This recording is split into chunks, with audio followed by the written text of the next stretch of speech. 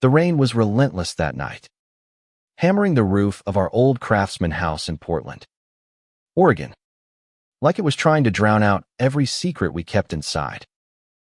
I was 18, sprawled on the living room couch, pretending to read a dog-eared copy of The Great Gatsby while stealing glances at the staircase. My brother's friend, Ethan, was upstairs, probably sprawled across Jake's bedroom floor, laughing too loud and pretending he didn't notice me noticing him. Ethan had been crashing at our place for weeks now, ever since his dad kicked him out for reasons no one dared say out loud. He was 19, all sharp jawline and quiet intensity, with hazel eyes that seemed to see right through me. I'd known him since I was a kid, back when he and Jake were inseparable, building forts in the backyard and sneaking beers from Dad's fridge. But this Ethan, the one who showed up one night with a duffel bag and a bruise on his cheek, was different. He carried a weight now, something heavy and unspoken, and it made my chest ache in ways I couldn't explain. "Lucas, you're staring at that book like it's written in hieroglyphs," Mom called from the kitchen, her voice warm but teasing. She didn't know. Nobody did. Not about the way my heart stuttered every time Ethan walked into a room, or how I'd started lingering in the hallway just to catch the sound of his laugh. I wasn't even sure I knew myself, not fully. Not yet. I flipped a page, muttering, "Just tired," and hoped she wouldn't press. The truth was, I wasn't tired. I was wired, hyper-aware of every creak of the floorboards, every muffled word from upstairs. Ethan had been sleeping over for 3 weeks, and every night felt like a countdown to something I couldn't name. A confession, a collision, a catastrophe. The front door slammed, and I nearly dropped the book. Jake stormed in, soaked from the rain, his varsity jacket clinging to his broad shoulders. "Ethan's staying another night," he announced, not looking at me as he kicked off his muddy sneakers. His dad still being a prick. My stomach twisted. "Is he okay?" I asked, trying to sound casual, like I wasn't hanging on every detail. Jake shrugged, grabbing a soda from the fridge. "He's Ethan. He's always okay." But the way he said it, clipped and dismissive, told me he didn't believe it any more than I did. Upstairs, the floor creaked again, and I heard Ethan's low, rumbling laugh. My fingers tightened around the book. I wanted to go up there, to sit with them, to be part of whatever made Ethan sound so alive. But I stayed glued to the couch, paralyzed by the fear that one wrong move would expose us. The first time I noticed Ethan looking at me differently was 2 weeks ago. We were in the kitchen, just the two of us, washing dishes after one of Mom's legendary taco nights. His sleeve brushed mine as he handed me a plate, and he didn't pull away. Our eyes met, and for a split second, the world stopped, just him, me, and the soap bubbles popping in the sink. "You're quiet tonight, Lucas," he'd said, his voice soft, like he was testing the waters. I'd mumbled something about school and fled to my room, heart pounding so loud I thought he'd hear it through the walls. Now, as the rain kept falling, I wondered if he'd meant something by it. If he'd seen the way I looked at him, the way I wanted him. The thought made me dizzy, equal parts thrill and terror. I wasn't supposed to feel this way, not about my brother's best friend, not about another guy. But every time Ethan walked through our door, it felt less like a sin and more like a truth I couldn't outrun. By midnight, Jake had passed out on the couch, snoring loud enough to wake the neighbors. I crept upstairs, telling myself I was just grabbing a glass of water. But when I passed Jake's room, the door was cracked open, and Ethan was sitting on the floor, leaning against the bed, scrolling through his phone. His hair was messy, falling into his eyes, and he looked up when he heard me pause. "Couldn't sleep?"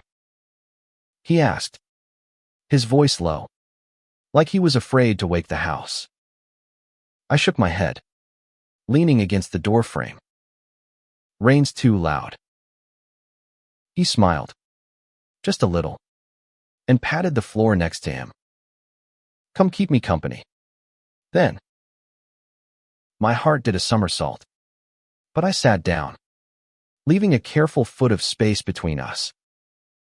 The air felt charged, like the static before a storm. "You okay?"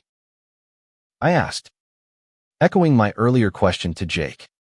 But this time it felt heavier, more real. Ethan's smile faded.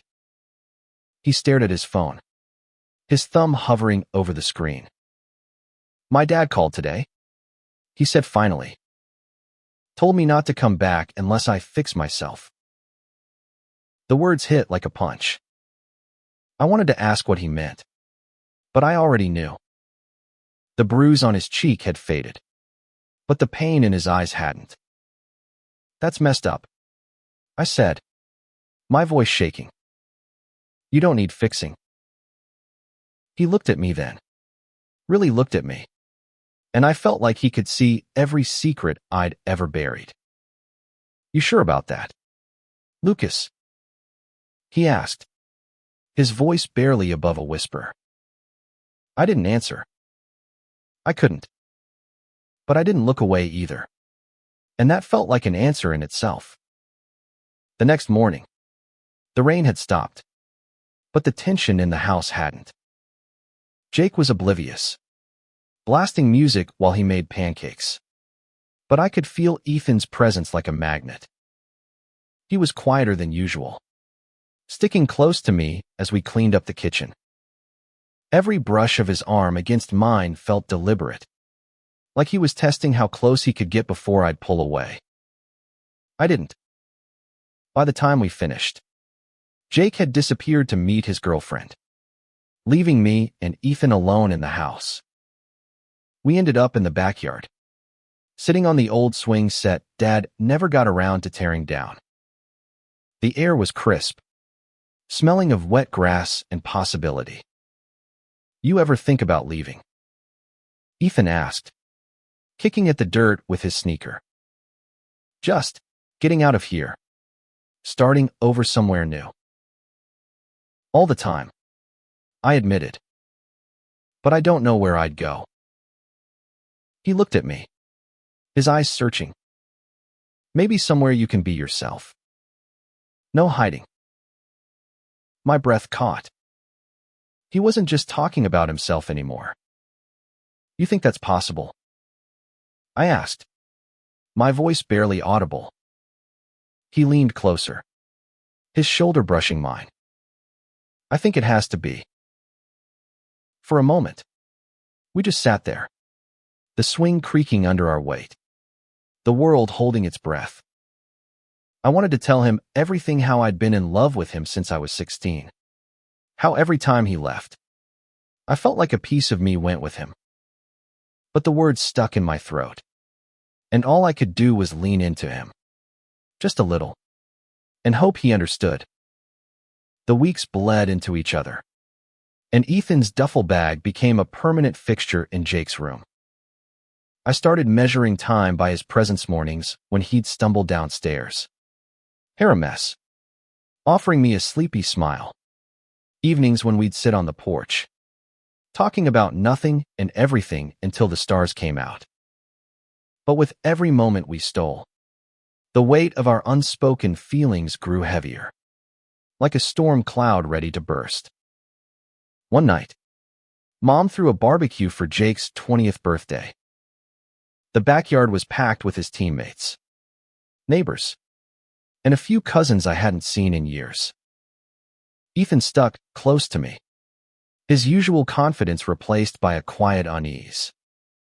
I noticed the way he flinched when one of Jake's buddies clapped him on the shoulder. The way his eyes darted to me for reassurance. I wanted to grab his hand, to tell everyone he was mine. But I didn't. I couldn't. Instead, I found him later by the fire pit, away from the crowd, staring into the flames like they held all the answers. "You good?" I asked, sitting on the grass beside him. He didn't look at me, just thinking about how everyone here's got their life figured out. Jake's got his football scholarship. Your mom's got her garden club. And I'm just here. You're not just here, I said, more forcefully than I meant to. You're here. With us. With me. His eyes flicked to mine. And for a second, I thought he'd say a thing we'd both been dancing around for weeks. But then Jake's girlfriend, Sarah, called out for him to join a game of cornhole. And the moment shattered. The next day, Ethan got a job at a local coffee shop, pouring lattes and charming customers with that easy smile of his. I started showing up during his shifts, pretending I needed caffeine when really I just needed him. One afternoon, he leaned across the counter, sliding me a free cappuccino with a heart drawn in the foam. "For my favorite customer," he said, winking, and I nearly spilled the damn thing. "You're gonna get fired for giving away free drinks," I teased, trying to hide how my hands were shaking. "Worth it," he said, his voice low, and the way he looked at me made me feel like the only person in the room. But not everyone was charmed. Jake started noticing how much time we spent together, and his jokes about me stealing his best friend took on a sharper edge. One night, as we played video games in the living room, he tossed his controller down and glared at us. "You two are attached at the hip lately," he said, his tone half joking, half something else. "What's the deal?" Ethan laughed it off, but I saw the way his shoulders tensed. "Just keeping your little brother out of trouble," he said, ruffling my hair like I was still 12. I hated it, but I played along, because what else could I do? The truth came out a week later, on a night that started ordinary and ended with everything changed. Jake was out with Sarah, and Mom was at book club, leaving me and Ethan alone in the house. We were watching some dumb action movie, sharing a bowl of popcorn, when Ethan's hand brushed mine. This time, he didn't pull away. His fingers lingered, curling around mine, and I froze, afraid to breathe in case it broke the spell. "Lucas," he said, his voice rough, "can I tell you something?" My heart was pounding so hard I thought it might crack my ribs. "Yeah," I managed.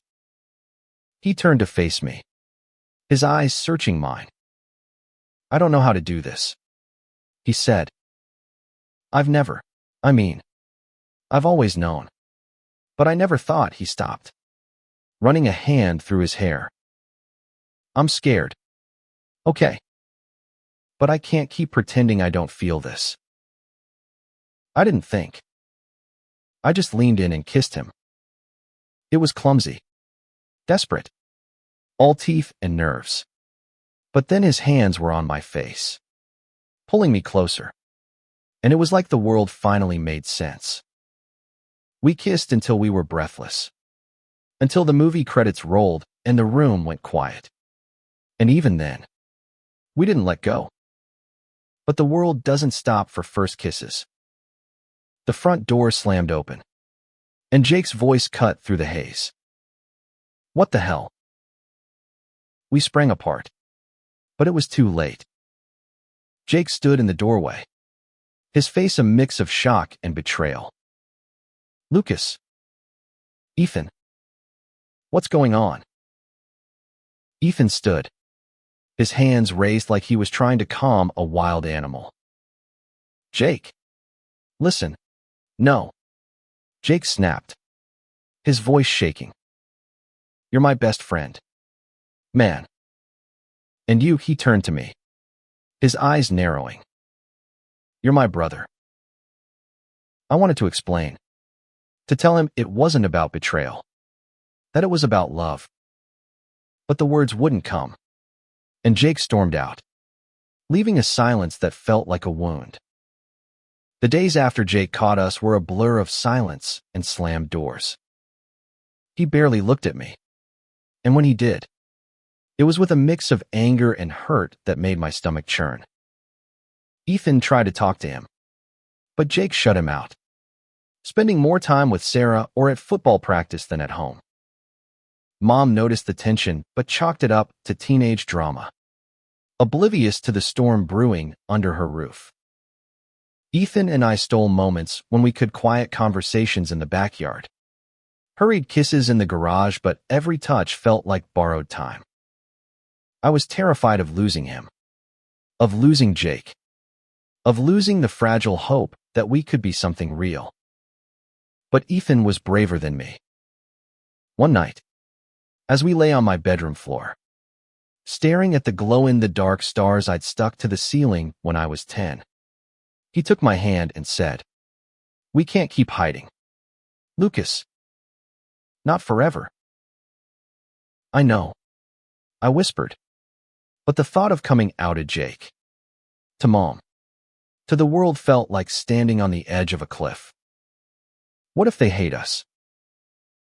They won't, he said, his voice steady. And if they do, we'll figure it out. Together. His words gave me courage. But courage is a fleeting thing. The next day, Jake cornered me in the kitchen, his face hard. "You need to stop whatever this is with Ethan," he said. "It's not right." "Not right for who?" I shot back, my voice shaking. "For you. Because it feels pretty damn right to me." He flinched, like I'd slapped him. "You're my brother," he said, quieter now. I don't get it. I don't get you." I wanted to scream that I was still me, still his little brother who used to beg to tag along with him and Ethan. But I didn't. I just walked away, because sometimes love feels like a fight you're not sure you can win. The turning point came a week later, at the worst possible time.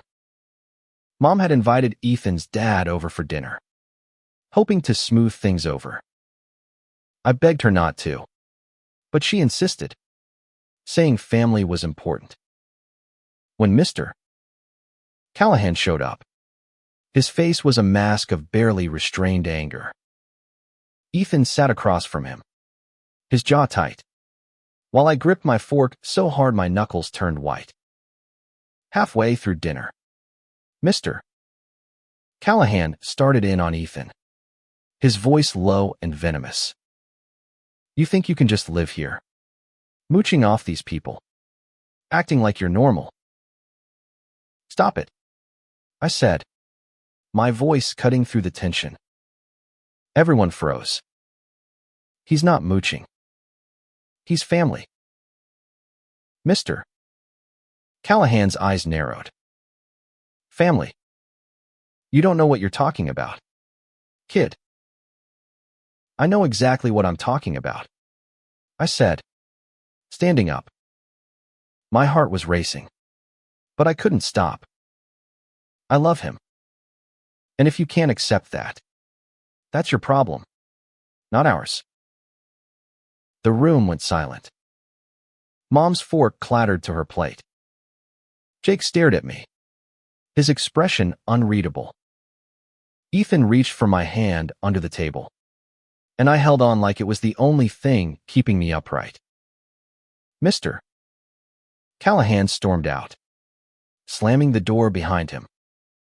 Mom looked at me, her eyes wide with shock and something else understanding. "Maybe." "Lucas," she said softly, "why didn't you tell me?" I didn't have an answer. Not a good one. But before I could try, Jake stood up. "I need some air," he muttered, and walked out. That night, I found him in the backyard, sitting on the swing set where Ethan and I had shared so many secrets. "I'm sorry," I said, sitting beside him. "I didn't mean to hurt you." He was quiet for a long time, staring at the ground. I thought I knew you," he said finally. "But maybe I didn't." "You do," I said. "I'm still me. I love him. Jake. I can't change that." He looked at me then, and for the first time in weeks, I saw my brother, not the angry stranger, but the guy who'd always had my back. "I don't get it," he said, "but I don't want to lose you. Or Ethan." It wasn't perfect, but it was a start. Over the next few weeks, things shifted. Jake started talking to us again. Awkward at first, but real. Mom asked questions, listened, and hugged us both a little tighter. Ethan's dad never came around, but Ethan didn't need him anymore. He had us. One evening, as spring turned to summer, Ethan and I sat on the porch, watching the sunset paint the sky in shades of pink and gold. "You think we'll make it?" I asked, my head resting on his shoulder. He kissed my forehead, his lips warm against my skin. "We already are," he said. And as the stars began to appear, I realized he was right. We weren't just surviving, we're building something new. Something ours. A home. A family. A love that didn't need to hide anymore.